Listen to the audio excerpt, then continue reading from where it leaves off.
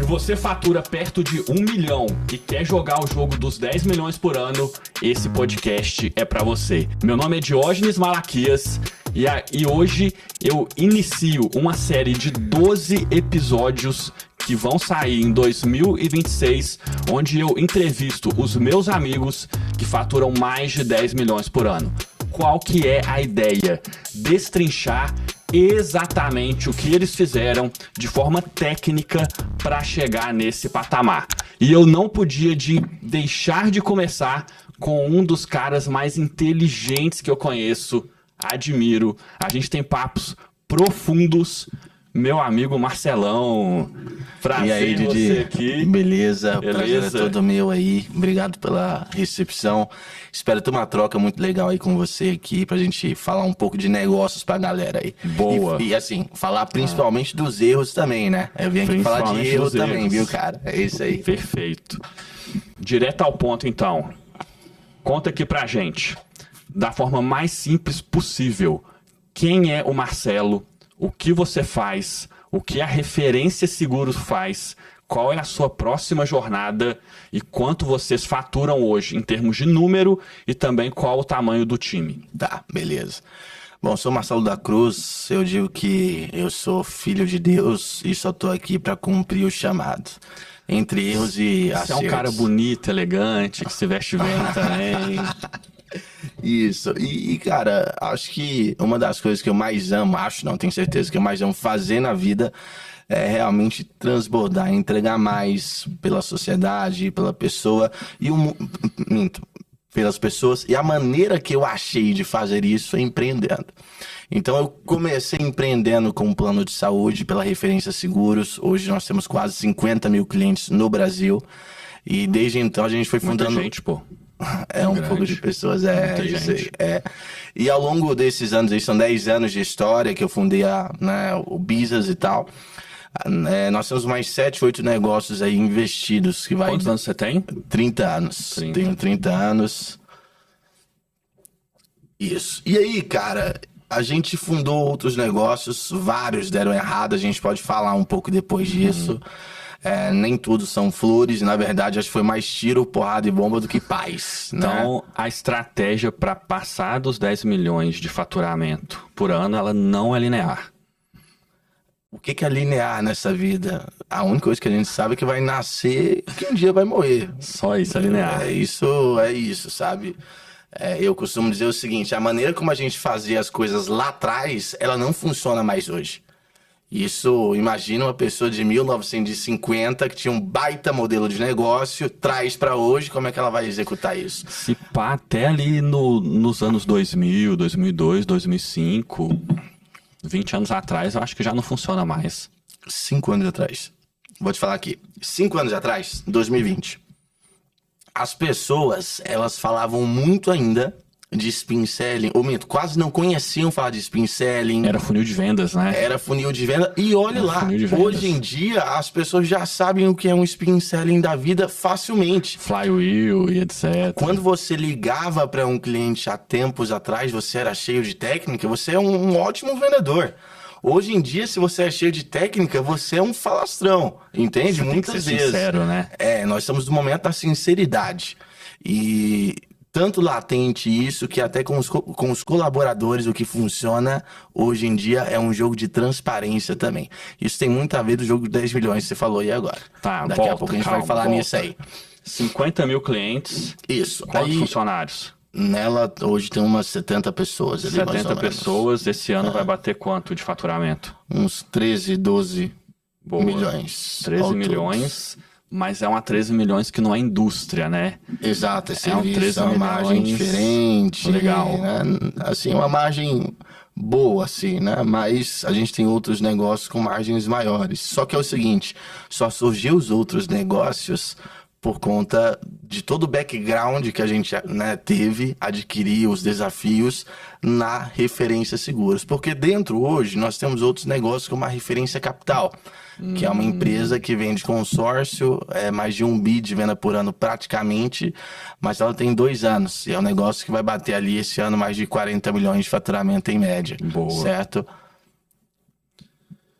Então, essas são as duas principais empresas do grupo em termos de geração de caixa. Exato, essas são as duas que mais geram caixa atualmente. E antes da gente avançar, a sua próxima jornada, ela é interessantíssima, porque mais ou menos 6 meses atrás você largou a cadeira de CEO da Referência Seguros. Exatamente. E fundou o quê? Qual é a próxima jornada? Qual é o plano de negócio da próxima jornada em 2 minutos?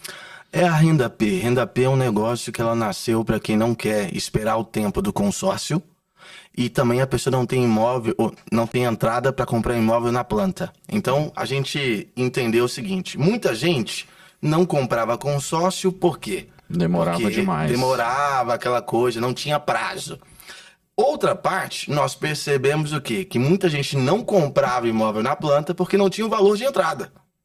Então, o que assim, nós fizemos? Nós criamos agora um método onde a gente constrói prédios, por exemplo, e nós entregamos com um prazo maior do que o normal.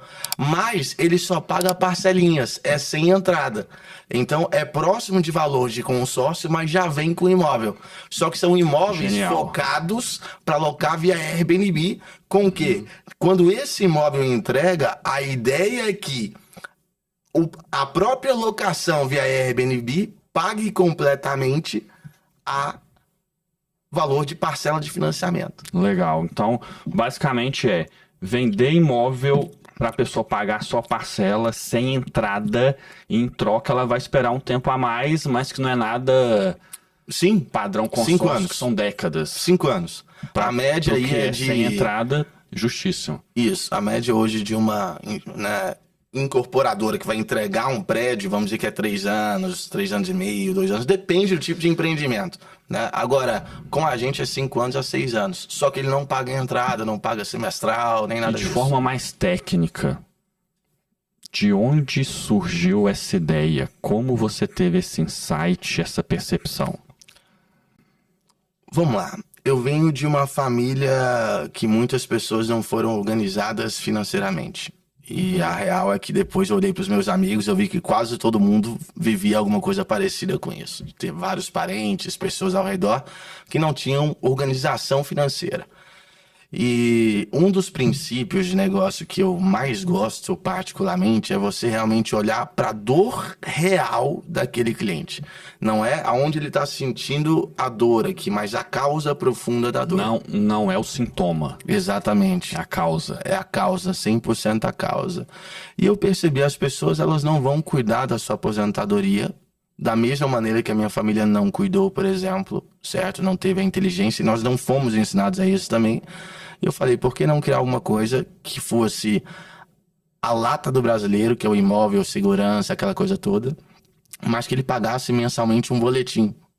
Porque o brasileiro é feito de boleto. Eu falei, cara, se eu conseguir criar um sistema onde ele só pague a parcela mensal desse imóvel e ele consiga criar um patrimônio, eu estou salvando milhões de pessoas que podem ter, no caso, impacto a isso. Por quê? Quando hoje um pai de família começa a cuidar do seu patrimônio, quem deixa de sofrer são os filhos. Porque lá na frente, o pai ou a mãe, sem condições financeiras, vai depender dos filhos. Não é à toa que hoje 90% da população brasileira não tem nenhum tipo de planejamento de aposentadoria. E depois, chega na velhice, ele precisa do quê? De auxílio de parentes, filhos, governo. Continuar trabalhando. Exatamente, uma vida dura. Então foi por isso, por essa paixão de resolver esse grande desafio que a sociedade passa hoje. Então você entendeu o seu meio, que era consórcio, imóveis, etc. Entendeu o padrão de comportamento do consumidor e entendeu a dor que ele tinha. E a partir daí veio a solução. Só que era uma dor que ele não amanhecia assim, né? Eu preciso cuidar da minha aposentadoria. Não, isso não tá no status quo do brasileiro. Ele não pensa nisso realmente. Ele já vê alguma coisa ali e tal, mas se você hoje pegar o celular, aparece bem assim, invista tantos % do CDI. Quantos brasileiros sabem o que é CDI? Praticamente ninguém. Exato. Aí tudo que é de investimento hoje quer ensinar para o brasileiro com um nível de maturidade que ele não possui para entender. Então foi nessa base que eu entendi. Eu precisava criar algo simples e que eu conseguisse conectar com as pessoas do jeito delas, com a maturidade delas. Perfeito. Partindo para a próxima pergunta. Eu acredito plenamente que o maior gargalo para uma empresa crescer é o dono. A empresa cresce até o tamanho que o dono suporta esse crescimento. E a partir daí falta muita coisa. Conhecimento técnico, emocional, preparação, apoio, time. E normalmente, quando você sai de 1 para 10 milhões, você se transforma como pessoa. Qual foi a transformação do Marcelo? O que o Marcelo aprendeu em termos pessoais, em termos empresariais, que ajudaram ele a sair lá da referência seguros, criar ela, aumentar de tamanho, depois criar outro braço que hoje fatura 4 vezes mais, que é a capital. Como foi essa sua transformação pessoal? O que você aprendeu? O que você viu que você fez errado? O que você melhorou que destravou esse crescimento? Eu aprendi que o ego é a pior armadilha. Começa por aí. Vai, Você continua. sabe por quê? Continua. Quando você vai de 1 milhão para 5, para 10, independente de tamanho do seu mercado, você fala, uau, olha onde é que eu cheguei. E realmente é memorável, né? Você batalhou, trabalhou, suou, foi traído, passou por situações, aí você chegou num nível que assim, uau, é meu sonho, é o meu sonho. E aí você realiza esse sonho e quando você percebe, ele engoliu você. Por quê? Quando você chega lá, muitas vezes, até meio que na jornada que você vai crescendo, você vai se sentindo muito bom. Eu sou bom naquilo, acolá e não sei o que lá. E para eu destravar de 1, depois para 10, para 20, 30, sempre teve remetido com uma coisa muito importante. O ego? Se eu mantivesse o ego no que eu sei, eu sempre iria me prender no que eu sei. E para onde eu queria ir, eu precisava focar no que eu não sei, não no que eu sabia. Ah, mas funciona assim, mas é assim, mas é assim. Meu, Caralho, essa é pesada, hein? Focar no que eu não sabia. Vai, continua. Exato, porque, cara, o que eu sei já me trouxe até aqui. E eu fico valorizando tanto o que eu sei, que o que eu não sei, que era meu próximo nível, eu perdi. E aí vem um ponto, né? Na minha jornada, quantas vezes que a gente fala alguma coisa, nem sempre é tão valorizado assim e tal. E que era pra ser um game changer total. Eu lembro que tinha muita coisa que eu sabia que se eu aplicasse com outros amigos, iria dar muito resultado. E nem sempre era o que acontecia, não é tão legal isso e tal. E eu aprendi uma coisa com isso. Tem pessoas que não vão ter mais resultado do que eu, que vão conseguir mudar o meu negócio completamente por algo muito pequeno que elas sabem, só que às vezes o que eu sei eu não dou a importância para essa pessoa. Então, várias oportunidades que eu percebo de uma galera que eu conheço que está nesse patamar aqui de 1 a 10 milhões, eu percebo que eles sabem demais. Eles sabem demais, entre aspas, né? É isso, entendeu? Eles Sabem demais. entre aspas. E esse saber demais, que esse ego traz uma ruína muito grande. E isso não só em negócios, mas com as pessoas que hoje estão com você. A maneira como você geriu elas até os 1 milhão, 5 milhões, 10 milhões, precisa mudar. E se você não estiver pronto para trazer que você é altamente mutável, os seus funcionários não vão mudar também por você. Cara, essa é muito foda. Focar no que você não sabe e você vê muita gente estagnada no mesmo patamar durante muito tempo porque ela sabe demais. Eu consegui pensar em várias pessoas aqui na cabeça. Várias. É isso várias. aí. Eu me considero uma delas. Cara, real, por quê? Porque se eu não entender que ele sempre vai andar comigo ego, eu vou achar que eu não tenho, isso já é ego. Pegou? Então, a minha trilha é saber que, velho, eu tô no meu processo, eu não sei. O Joãozinho, a Maria pode me ensinar coisas diferentes com níveis totalmente diferentes. Mas, até um ponto importante. se eu não tiver essa mentalidade, é muito mais difícil você manter pessoas que teriam a capacidade de aumentar o faturamento do seu negócio. Uhum. E aí, para finalizar, quanto é que hoje eu busco pessoas realmente que tenham a capacidade de discordar de mim? Mesmo com meu temperamento forte, e eu busco equilibrar isso sempre, mas pessoas que tenham essa capacidade.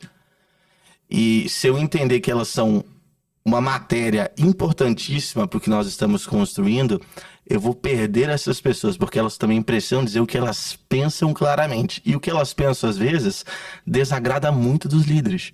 Agora, é necessário provocar o seu colaborador para ele falar o que as pessoas não têm coragem de falar no dia a dia. É uma cultura do dia a dia. E eu acho que até mesmo criar um ambiente seguro, porque o colaborador, na maioria das vezes, 99%, ele não está interessado em falar a verdade, discordar do líder. Ele está interessado em quê? Manter o emprego dele e ganhar mais dinheiro. Então, para nós levarmos ele a ser sincero, se abrir e discordar e realmente somar com a empresa, a gente precisa criar um ambiente seguro onde a pessoa vai se sentir confortável a isso. Normalmente tem uma estatística que fala que a cada 5 liderados, 4 vão falar o que você quer ouvir e 1 vai te dar real. É mais ou menos assim que funciona. Completamente. Completamente. Eu lembro disso, cara, e se você me permite, eu questionei isso. Como assim? Eu questionei isso. Isso o quê? Cara, como é que 5 pessoas que estão ali trabalhando comigo não vão ter coragem de falar a verdade? Aí vem aquilo de você questionar realmente. Falei, cara, eu não quero isso pra mim. Se é assim, eu preciso pensar maneiras diferentes disso não acontecer. De deixar o time mais à vontade, né? E para isso precisa de disposição do líder. Sua. E trazer que erros vão acontecer, aquela coisa. Uma das coisas mais importantes é dizer para o colaborador que ele vai poder errar. E quando ele errar, você valorar isso. Você mostrar que isso é algo aceitável, mas Desde não que tem se um manter na processo conduta. por trás. Exatamente. Mas jamais se manter numa conduta errada. Porque se eu não trago o que é fraqueza pro meu time, foi o que a gente falou bem no início, cara, o ego. Aí você cria um time montado no ego, com medo de errar por conta daquilo, porque não é só o medo de errar, é o medo de cara perder o emprego para outros, é o medo de, poxa, nenhuma ideia minha funciona, poxa, é aquilo, acolá. Tem 2 semanas que eu não fecho nenhum contrato, ou o SDR, não tô conseguindo marcar reunião. Eu sempre falo, foca no processo, esquece o resultado. Né? De refletir. De refletir. Próxima pergunta. Volta comigo 8 anos atrás já, que eu te conheço mais ou menos. Mais ou menos não, conheço bem. 8 anos atrás, referência ali, começando. Como que era a empresa? Naquele inicinho, onde começou?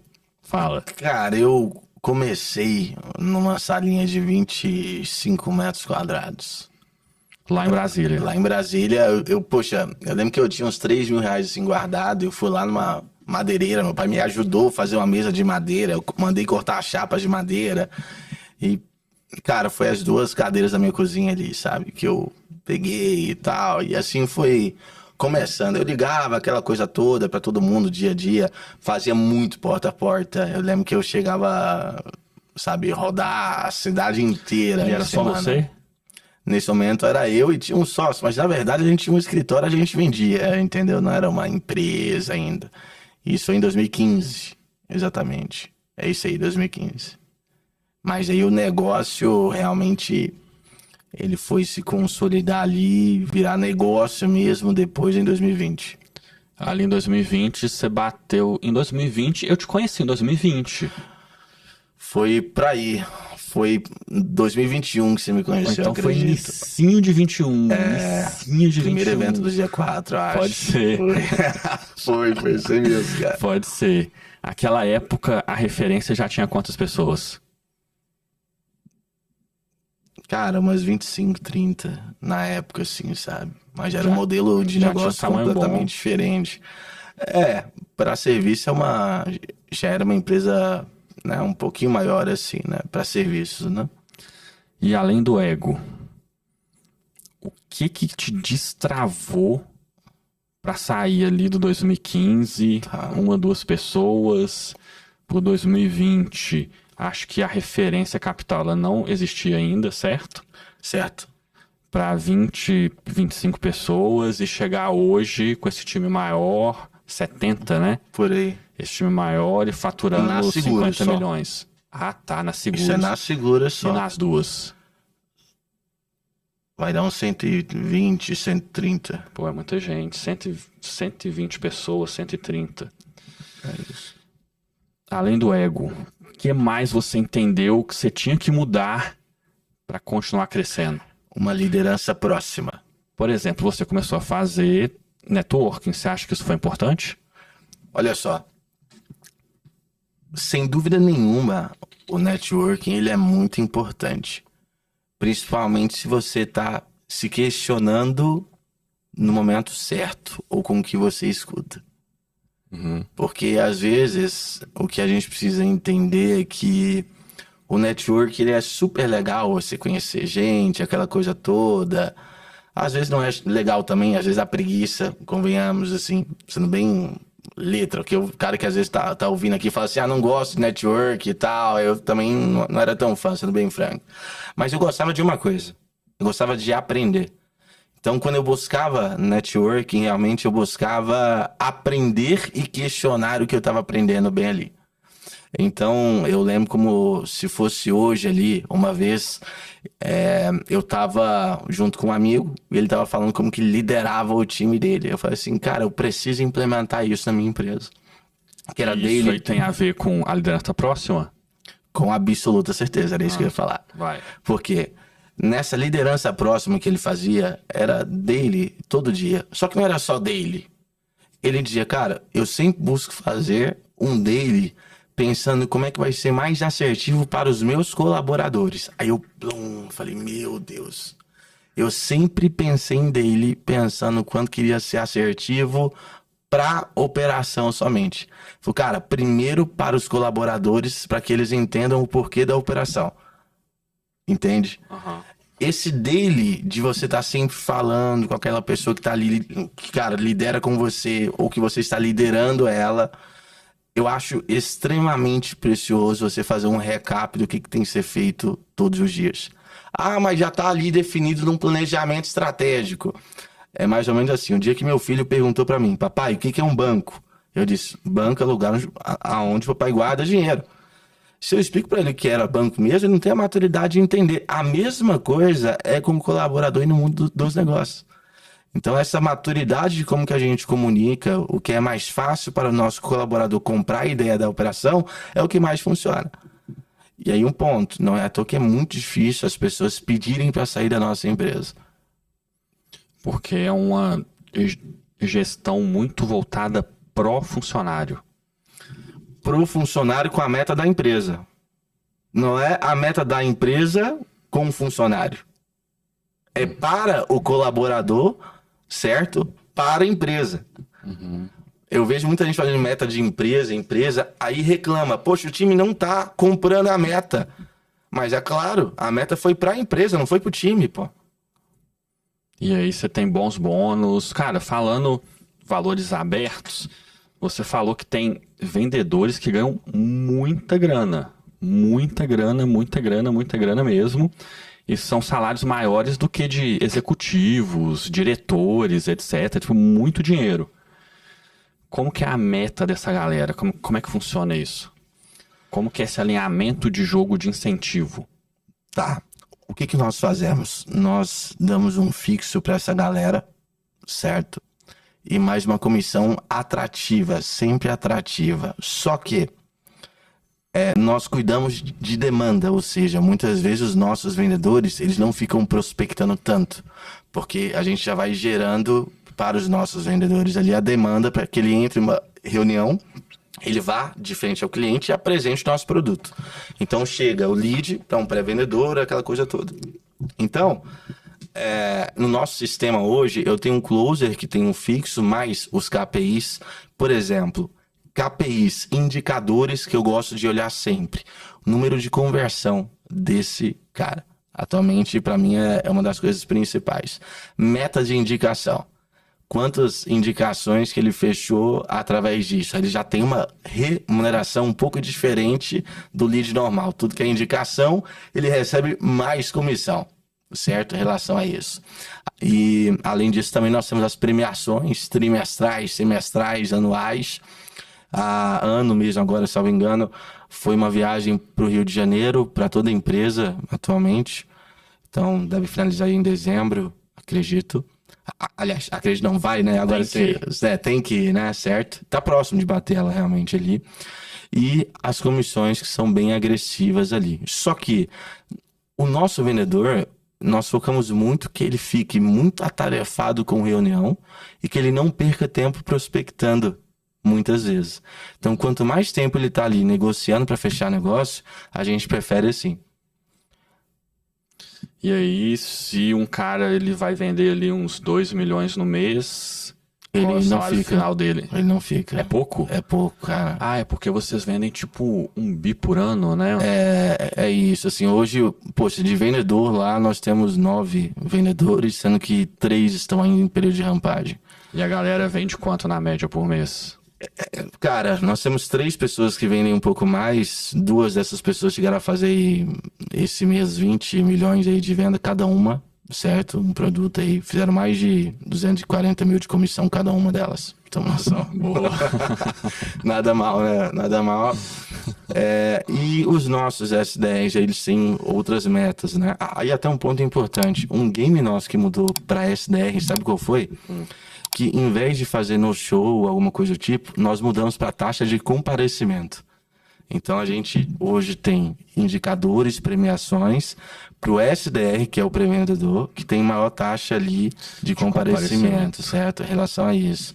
Não é mais número de agendados, que senão o cara vai lá, agendava, e ele não estava tanto pela qualidade. Mesmo que você tenha ali um scorezinho para você filtrar. Mas é um game que pra gente foi muito bom. Você acha que, assim, saindo um pouquinho do tema do episódio, mas você acha que vendedor é uma das melhores profissões do mundo? Em relação a potencial de remuneração, velocidade de rampagem, possibilidade de aprendizado. Todo mundo que tem facilidade com pessoas, que gosta de negociação e tá meio na dúvida, eu falo assim, cara, vai ser vendedor. Eu acho que é perfeito. Perfeito. Você sabe por quê? O que eu mais vejo é vendedor ganhando dinheiro no bolso, colocando dinheiro no bolso e não tem faculdade. Entende? Se a pessoa é boa com gente, boa com as pessoas, ela precisa estar em uma área que faça mais afinco. E uma dessas áreas, tem outras áreas, é vendedor sem dúvida nenhuma. Entendeu? E qual que é a remuneração dos SDRs lá? Quanto que eles ganham mais ou menos? Faixa de 8 a 12 com variável, certo? Por que nós pagamos acima do mercado? Vai ser ali uns 6 fixo, mais ou menos? Não, 5. a gente paga, salvo engano, 3,5 ali fixo, certo? Aí tem mais 1.500, salvo engano, ali de indicador, porque é muita coisa, muita empresa, não consigo lembrar, assim, mas é uma média de CI certeiro, tá? E mais, no caso, as comissões, premiações, assim por diante. Por que você paga tão bem, tão acima do mercado? Por que eu vou trabalhar em algo que eu vou gastar toda a minha energia de vida, que a minha família vai estar participando disso, para pessoas que caminham comigo não poderem ter uma vida boa? Eu não quero isso para mim, irmão. Eu quero ter um negócio que eu possa bater no peito e dizer assim, ó, as pessoas que hoje caminham comigo, elas conseguem ganhar muito bem. Não tô dizendo que todo mundo vai ganhar super bem. Não, não é isso. Mas as pessoas que estão numa área que tem-se uma maior remuneração, eu preciso que elas ganhem muito bem. Então, para mim é o que faz sentido. Tá. E aqui tem uma próxima pergunta muito legal que eu quero te fazer, que é o seguinte: quais foram as 2 ou 3 decisões de produto ou de modelo de negócio que mais aumentaram o faturamento anual sem precisar multiplicar o tamanho da empresa? Decisão estratégica de produto, de modelo de negócio. Já tá aí na ponta da língua? Não, posso dizer agora. Manda bala. Vamos dizer aqui, no plano de saúde, é um mercado praticamente commodity, essa é a verdade. E que quando você, hoje, tá vendendo aquela coisa do plano de saúde, você não tem diferenciação de preço nenhuma. O seu João, a Maria, tem o mesmo valor em média ali. E aí eu pensei, como é que eu consigo criar algo diferente em cima disso aqui? E aí eu fiz um cálculo. O foco nesse mercado era reduzir o valor do plano de saúde, não era aumentar. A maior parte, 95%, quer reduzir o valor que paga. Aí eu criei uma consultoria de 5 anos. Uma consultoria Exato. de 5 anos? De plano de saúde. O que a gente fazia? Quando eu ia lá, pegava o valor de fatura desse cara, vamos dizer que era 5 mil reais, ou que fosse 100 mil reais, não interessa, ou que seja 2 mil. Eu vi o valor que ele estava tendo ali de redução de custo. Então vamos dizer que era 500 reais por mês. De 3 mil, sabe, de 5 mil reais ele vai para 4.500 ali. São 6 mil por ano. Só que é o seguinte, anualmente você tem um reajuste no plano de saúde, que é média de 20% a 25%. E aí eu botava nessa planilha em 5 anos quanto que ele teria de economia caso ele fechasse com a nossa consultoria, e que não era só reduzir o valor de plano de saúde. Aí vamos dizer que esses 500 reais daqui a 5 anos virava 40, 50. Porque é juros sobre juros. Então eu mostrava às vezes para o nosso cliente, exemplo, às vezes o cara é 3 mil por mês, 5 mil por mês, que ele ganharia um apartamento, 300, 400, 500 mil no caixa mais daqui a 5 anos, ou que um ano aquela família que era o dono da padaria, que era ele, a esposa, os 2 filhos, teria 1.000 reais a menos ali e tal, e que isso ali ele iria conseguir pagar o material escolar do filho dele, o IPTU, IPVA e tal. Aí eu comecei a vender um pacote ali de plano de saúde, aonde você tinha, na verdade, uma consultoria ali. Naquela época fez muito barulho no mercado, que era algo diferente, que não existia assim, mas era algo muito simples, só que funcionou muito bem. Perfeito, você mostrou pra galera o quanto ela economizaria em 5 anos, mostrou o número grande, ao invés de mostrar, sei lá, 2 mil reais na parcela. Exato. Porrada. Exato. Aí o impacto Porrada. foi muito maior. Um produto melhor mostrando o resultado dele a longo prazo. Aí, até assim, um ponto importante que eu não falei. Todo mundo nesse mercado fala assim, a gente faz inclusão, exclusão de beneficiário, faz agendamento de consulta. Na boa, muita gente já ouviu isso em plano de saúde, certo? Então, tudo que já é muito comum e que você está entregando igual a todo mundo, não é mais um diferencial. E as pessoas querem vender isso como diferencial. Não é só nesse mercado, é em vários mercados, entendeu? Não é ter um diferencial fake, é ter um diferencial real. Real, mas pensa que já existia esse diferencial, mas nunca foi olhado por esse ponto de vista lógico. Mas eu estava apaixonado pelo desafio que os meus clientes estavam passando, pelas dores. Então ele estava gastando mais dinheiro, estava ali não sei o que lá. A maior parte era custo. Se eu mostrasse para ele que 500 reais por mês não era 500 reais por mês, não era 6 mil por ano, mas que era 40, 50, 60 mil, o impacto era muito maior. Então eu não mudei nada. A gente só fez uma planilha inteligentezinha ali, mostrando para o cliente qual que seria o impacto disso. E aí a gente fazia anúncio. Olha só, se você quiser saber quanto que vai custar seu plano de saúde aqui 5 anos... descobrir mais. Então, assim, não teve nada demais, entendeu? Cara, fazer coisa simples e ao mesmo tempo genial, eu acho que isso é porrada demais. Isso é muito porrada. Eu busco aprender sobre na geração de receita. Ok. Quem foi a primeira pessoa chave que você trouxe para trabalhar para você, que realmente elevou o jogo do seu negócio junto com você?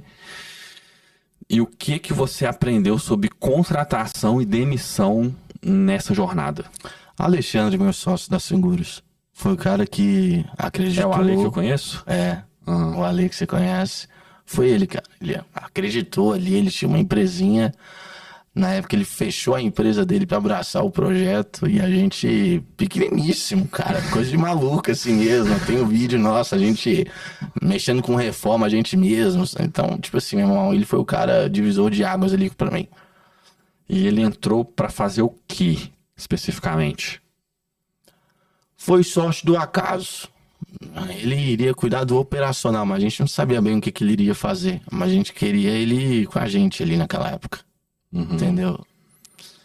E o que você aprendeu sobre contratação e demissão Aí é nessa porrada, nova hein? jornada? Tá pronto? Aí eu gosto, né? Cara, é o seguinte, contratação, ela é definida nos limites que você coloca no início da jornada dele. Não é pela qualidade técnica, profissional e tantos mais. Por quê? As pessoas, elas se moldam no ambiente que ela está. O ambiente molda as pessoas, ponto. Então, se eu trago uma contratação com limites claros do que é permitido nesse ambiente e o que não é permitido nesse ambiente, fica muito mais lógico, muito mais fácil. E uma explicação real do que a pessoa vai viver ali. E não é assim, olha, aqui você é vendedor, você vai ligar. Não é essa explicação. É assim, olha, o funcionamento aqui de cultura funciona assim. Aqui, a verdade, ela é indispensável, é transparência. Então, se você mentir para mim, isso para mim é uma falha extremamente grave. E se isso acontecer, provavelmente o time não vai mais querer andar com você, porque eu busco pessoas cada vez mais fortes, inteligentes e honestas nesse time aqui. Além disso, vai ter às vezes que você ralar até à noite. Tem dia que é 6 da manhã. Eu, fulano, João, eu vou te falar os meus defeitos. Eu, Marcelo, às vezes eu sou muito desorganizado. Às vezes, cara, eu não tenho uma capacidade de entender as coisas de maneira comum. E aí, cara, você pode às vezes ficar puto comigo, mas, por favor, já tenha paciência que isso vai acontecer. E aí, cara, eu começava até mesmo a trazer pessoas no processo seletivo, onde uma ou duas pessoas falavam mal do líder. Não falar mal do líder, mas falar o que acontece de ruim ali com aquele líder, com a empresa no geral, na contratação. Não é à toa que eu te falei. Cara, esse ano é uma pessoa só que estava performando. Não, peraí. Pediu pra sair. Você trazia pessoas que no processo seletivo falavam mal do líder anterior? Não. Que ele conversasse com alguém da nossa empresa para trazer os pontos fracos daquele líder. Então, por exemplo, vamos dizer que tem o João, que é meu liderado há um bom tempo. Eu estou contratando a Maria. O João vai falar com a Maria para falar como que é a relação dele comigo. E quais são as dores que a Maria pode passar estando comigo aqui. Então é um trabalho do João fazer isso. Também, cara. Além do Marcelo líder. Isso. Exato. Mas ele também fala sobre a minha relação com ele de verdade, entende? Então, exemplo, olha só, para ele também não gosta disso e disso. Porque a pessoa já vem para a empresa com um olhar assim, cara, ninguém foi tão sincero comigo numa entrevista normalmente. É o que mais acontece. A pessoa começa a ter medo de mentirinha, acordos frágeis, entendeu? Então isso aí pra mim foi um divisor de águas. E pra demissão é limbo. Cara, quebrou o limite do que a gente definiu. Falei uma vez, falei 2 vezes, 3 vezes. É o máximo. Estourando, entende? Estourando. Quando eu não demitia as pessoas erradas, eu desrespeitava as pessoas que estavam fazendo certo na empresa. Ah, mas é porque o fulano, ele tá ali, tá dando certo. Só que ele não tem uma performance alta, o cara não tá buscando se desenvolver. Não mantenho. Liderança, então, piorou. Cara, é isso. Existe um termo muito bom sobre isso, que fala que todo colaborador que um empresário pensou em demitir ou encerrar o contrato, só de pensar e não fez isso de imediato, se arrependeu depois. Sempre. Pensou, considerou em demitir a pessoa, a única coisa que você tem ali é ou demite rápido e tem um acerto, ou demora e se arrepende. Com certeza. Quanto mais você demora a tirar a pessoa errada, é igual uma laranja podre. Você pode tirar ela depois do tempo que ela já vai ter apodrecido as outras. As pessoas ficam na dúvida. Ah, mas será que eu tô certo? Será que eu não posso dar mais uma chance? Será que ele não vai melhorar? e etc. Agora sim, acho que são só acordos. Às vezes a pessoa tá há muito tempo na empresa, ela tem que saber que ela não tá entregando. Fala assim, cara, busca aí alguma coisa pra você que do jeito que tá hoje não funciona. Então já tive pessoas que assim, deram sangue, que não estavam mais performando. Nós tivemos conclusões em comum que não estava performando bem. Eu falei, cara, busca aí 2, 3 meses alguma coisa, vou mantendo esse trabalho enquanto isso. Mas ela já sabia que ela ia sair. Claro. E aí, assim, é todo mundo que vai até o final que entrega de verdade? Não. Mas tem aqueles que vão pelo nível de respeito que você implementou no início. Os limites claros. Legal. Vamos lá. Vamos falar aqui um pouquinho de máquina de vendas e marketing. Beleza? Ó, a pergunta aqui. O que virou o sistema em vendas e marketing para vocês saírem do aleatório e irem para a previsibilidade? E se você tivesse que manter só duas coisas na sua máquina comercial hoje, quais seriam e por quê? As duas coisas na máquina comercial, lead e closer, cara. Lead closer. Porque, meu irmão, se eu não tiver nada disso, mas eu tiver closer, eu vou ensinar o closer a fazer todo o processo ideal. Ligar, agendar e fechar por si próprio. É um modelo mais inteligente? Não, mas, cara, a Prudential fez assim, cara. Os caras tinham segunda-feira pra agendar e era limbo na rua depois. Entendeu? Então, ficaria essas duas coisas aí. E como que é a máquina de vendas e de marketing suas hoje? Como que vocês captam os leads? Como foi essa jornada de amadurecimento da geração de leads? Tá. Hoje já estamos há alguns anos aí, mais de anos, né? 5, 6, 7, 8 anos aí investindo em digital, mas em anúncio pago mesmo, né? No geral, assim.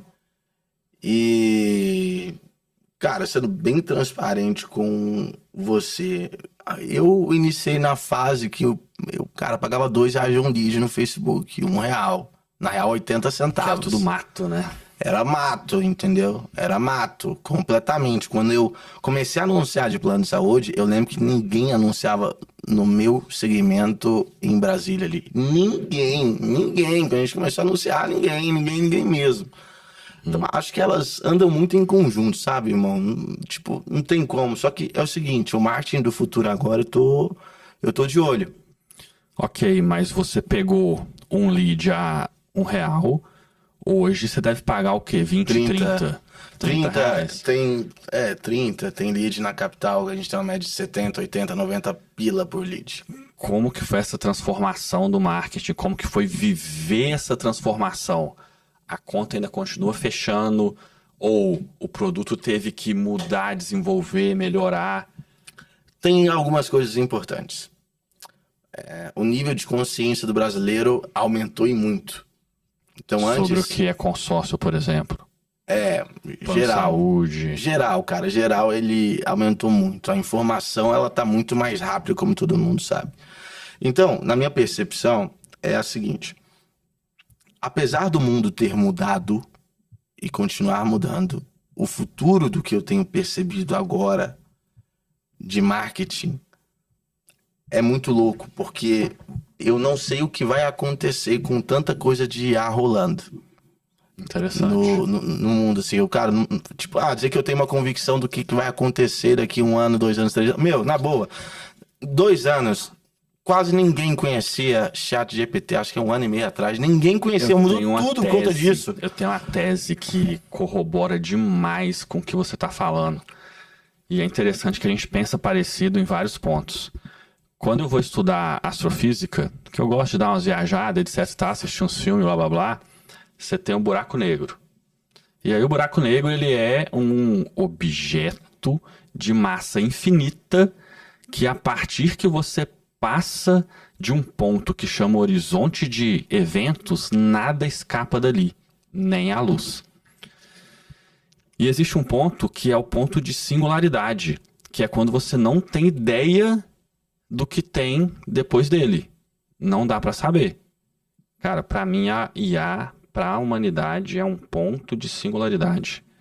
Não dá pra saber o que vai rolar depois. Essas previsões vai ser assim, assim. Cara, vai ser muito louco que a gente não tem capacidade pra prever ainda. O que eu ia concluir, inclusive, de você estar falando, estamos na mesma página, Cara, antigamente eu conseguia prever que iria aumentar o custo, mas eu não sei se daqui 1 ano, 2 anos o Facebook, Instagram vai estar em alta. Eu não sei mais se o Google vai estar em alta desse jeito que tá acontecendo tudo. Entende, cara? Então, eu não sei o que dizer em relação a isso. É melhor, cara. Cara, melhor pra mim, cara, levar isso. Eu, cara, não sei, eu vou ficar questionando o tempo todo. Mas, cara, eu vejo um especialista dizendo uma coisa, aí o outro ouviu, disse que é isso, aí depois ouviu o outro, uma outra coisa, assim por diante. Então, cara, tá antenado em tudo e eu prefiro não ter conclusão ainda de muita coisa nesse momento. Perfeito. Então você não tá ignorando. Você Jamais. tá antenado em tudo e acompanhando o que está acontecendo. Mas eu quero dar um passo atrás. Como foi essa mudança? Como foi essa escalada na sua captação de lead, quando ele saiu de R$1, bateu 30, 70, 90? Aumentar o custo do lead. Eu só entro em mercados, cara, que eu tenho uma margem boa, sabe? Ou muito boa, pra ser a verdade. Muito boa não, boa. tem que ser muito boa. Então, assim, aumentou o custo do lead, aumentou, impacta, mas a ponto de mexer completamente no caixa do negócio, não. Porque quando cresceu, eu já tava um pouquinho com mais caixa, né? Então foi aumentando gradativamente. A margem sempre foi muito alta e o lead passar de R$1 para 5, para 10, meio que não mudava muito o seu jogo. Porque, exemplo, o meu funil é um pouco diferente. Eu não preciso, tipo assim, igual o digital, né? Quanto mais lead ali, o cara vai vendendo um curso e tal. Não, o meu, cara, funil é assim. O meu mesmo lead, eu trabalho com ele 6 meses, 1 ano, 1 ano e meio. Então, eu não precisava escalar um número altíssimo de leads também para aumentar só o meu faturamento. Eu tinha que ter uma eficiência comercial e operacional. Então, não vou dizer que eu sofri tanto com isso, irmão, assim, sendo bem transparente. Beleza. Que é ruim, cara, ruim, mas quando eu tripliquei minha verba, tava ótimo ainda. Tá ok. E falando agora de caixa, quando você girava ali 1 milhão por ano, talvez até um pouco menos, um pouco mais, como que era a sua gestão de caixa? Você teve algum erro, algum aprendizado, algum grande acerto? Qual é a sua visão de caixa antes, na jornada, hoje? O que você pensa sobre isso? Eu lembro que em 2019 para 2020, eu ouvi de um cara muito sábio que eu conheço, um cara que eu admiro muito. Falei assim, cara, eu não viro sócio de quem não joga o jogo tanto de caixa, como também o jogo de você gerar relações longânimas. Eu falei, caixa, relações longânimas e tal. Ele falou, cara,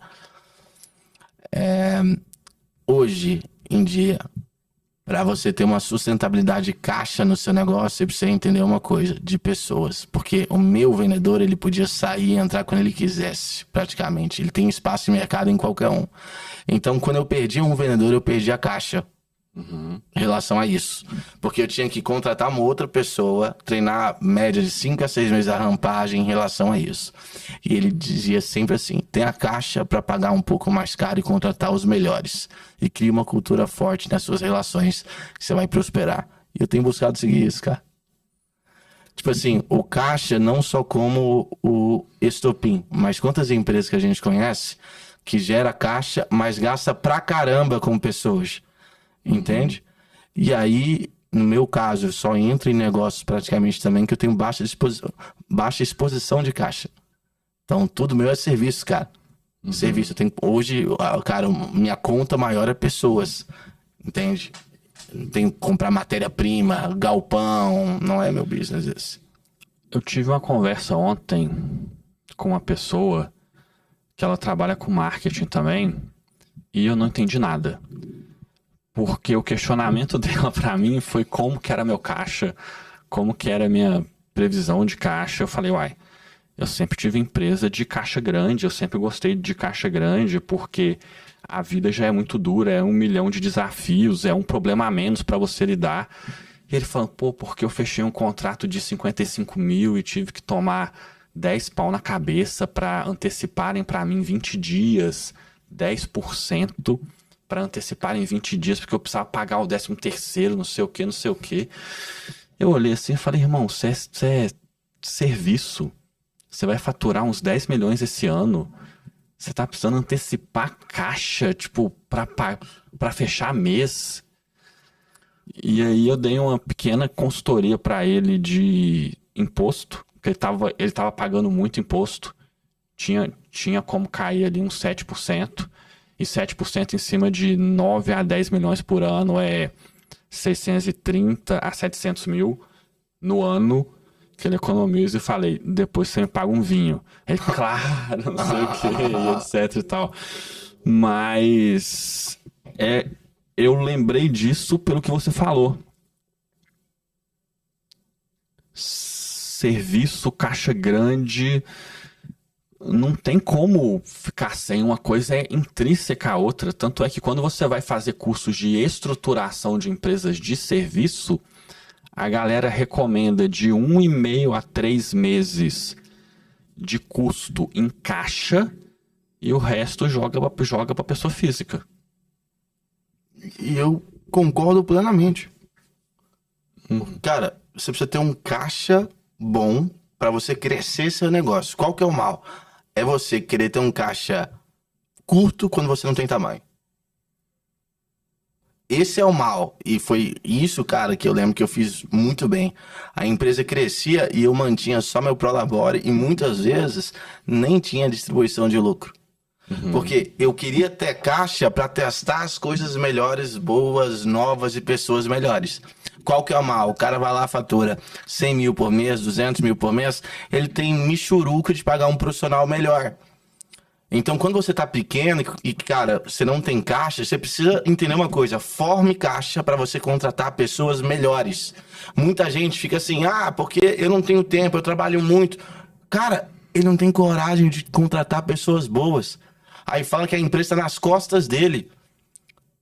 Cara, não faz sentido. Então, eu acho que você precisa ter uma formação de caixa inicial, sim. E depois que você tiver a engrenagem rodando mais bonitinho, aquela coisa toda, aí sim você começa a tirar, né, ali. Claro que são negócio em negócio, situações e situações diferentes para negócio. Mas eu penso muito assim, cara. Entendeu?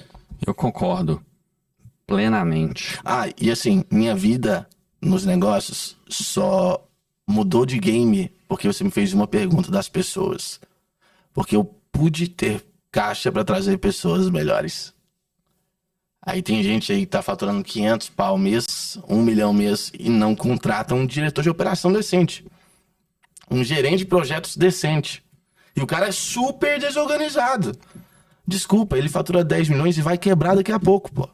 Vai quebrar, porque a exposição que hoje todo negócio tem pelas mudanças que estão acontecendo é tremenda. Se o cara não entender o jogo, que daqui a pouco quem vai se manter de pé é quem tiver a empresa minimamente organizada. O mais eficiente possível, né? Acabou, irmão. Acabou. Aí, exemplo, hoje não tem o caixa. Agora, poxa, não tem caixa para contratar um especialista de IA e ver o que você consegue otimizar no teu negócio? Mas tem dinheiro para andar de lancha, para andar daquilo, sei que lá e tal. Desculpa, isso para mim não é empresário. Isso é o cara que viveu muitas dores e que ele usa o negócio para ser o trunfo de água dele. Não como empresário de verdade. Faz todo sentido. Entendeu? É minha visão, com todo respeito a... Não, mas faz todo sentido, faz todo sentido. Porque, querendo ou não, você ser um bom empresário é uma baita jornada de transformação e desenvolvimento pessoal. Uma baita jornada. Cara, eu tenho 40 anos, apesar da carinha ser um pouco mais nova. E eu comecei a ganhar dinheiro muito cedo. Muito cedo. Em 2007, eu tinha 22. Eu ganhava 4, 5 mil reais por mês. Mas era naquela inflação de 2007... que, sei lá, deve ser uns 20 mil, 15 mil. Mais. Tá.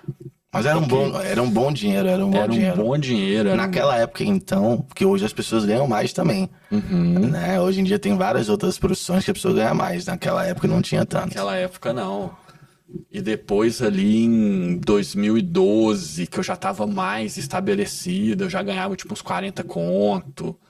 E o negócio foi subindo e melhorando, melhorando. Você já viu a curva de Dunning-Kruger? Não, não. Não? Não. É uma curva muito legal que ela mostra o nível de confiança com o nível de entendimento que você tem sobre determinado assunto. Então aqui, ó, confiança, conhecimento. Baixa confiança, baixo conhecimento, confiança quase nada. Você ganha um pouquinho de conhecimento, a confiança vai lá em cima. Lá em cima. E aqui é onde bate o ego, é onde você quebra a cara, é onde você não sabe nada. E à medida que o conhecimento vai subindo, a confiança vai caindo. Na proporção que o conhecimento vai subindo. Porque você vai ficando maduro. E depois que o conhecimento sobe muito, aí a confiança volta a subir, mas de um jeito pleno, saudável, completo, equilibrado. Dunning-Kruger, na veia. É muito pesado. Isso é muito pesado. Eu creio que eu tô passando por um momento inicial assim. Antigamente eu era dono do mundo, né? A gente sentia assim. Hoje em dia eu me sinto assim, cara, eu tenho que aprender tanto. Irmão, eu perdi tanto dinheiro por conta de excesso de confiança. Eu abri loja de carro, quadra de futebol, buffet de festas. Deixa eu ver o que mais. Buffet de festa, cara. Buffet de festas. Aluguel de brinquedo Meu pra Deus festa. do céu, cara. Tá achando que eu era o super-homem aqui, ó. Foi indo. Vamos lá. Olha pro cara que tá ouvindo a gente e fatura ali perto de R$1 milhão por ano. Quais são os 3 ajustes mais importantes que ele precisa fazer nos próximos 12 meses se quiser ter uma chance real de ir pros 10 milhões por ano? O primeiro passo é assumir que tá longe, mas que pode estar perto. Pera aí que eu não entendi, explica. O primeiro passo é assumir que tá longe, mas que também pode estar perto. Depende da velocidade da sua mudança. E também do mercado que você tá. Você tem mercados que a pessoa não vai a 10 milhões, desculpa. É um esforço muito grande. Faz todo sentido. Entende? Então, é você entender se o teu negócio tem a capacidade para ir para 10 milhões. Faz todo sentido. Sobre isso aí, ok? Mas o primeiro passo, esse é o segundo. O primeiro passo, na verdade, é buscar uma ajuda definitiva. E como é que você vai buscar uma ajuda definitiva? Tu vai mapear 10 grandes nomes de gestão e vai começar a modelar esses caras. E muitas vezes, o cara pensava assim, eu tava num time comercial e tinha algumas pessoas que eu admirava. E eu pensava assim, como que fulano pensaria assim? Porque muitas vezes a pessoa vê podcast, vê treinamento...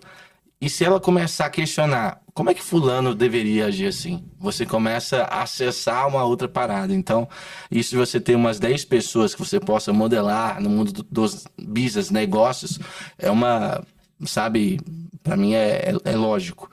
Juntamente com o estudo de livros, cursos e assim por diante. E o terceiro passo, na minha percepção, eu acredito que quanto mais rápido ele... botar a mão na massa do que realmente importa, mais rápido tem a chance dele fazer dar certo. Então, por exemplo, agora eu tô voltando a botar a mão na massa lá na Renda P. Eu poderia estar cuidando de expansão, de visão, né, aquela coisa toda. Não. Eu tô voltando pra ponta para ligar pro cliente, falar com o cliente, conversar com ele e sentir Entender as isso. objeções, entender as forças e fraquezas. Exato. Qual que é o mal? O cara quer subir de nível e ele acha que Porra, essa aí é porrada. o time vai dar conta de subir. Mas ele não sabe o que tá acontecendo real lá dentro, sabe? Tipo, ele mal escuta o que realmente tá rolando, nem vê uma call do time do que tá rolando. Então, pra mim é óbvio isso. Ele parar um tempo, botar a mão na massa do que importa e organizar o trajeto Para que ele consiga mirar, não nos 10 primeiro, mas nos 5 talvez, sabe? Depois nos 10. E a velocidade é ele que determina. Perfeito. E para fechar, quero que você complete uma frase. Ih, Cacildo.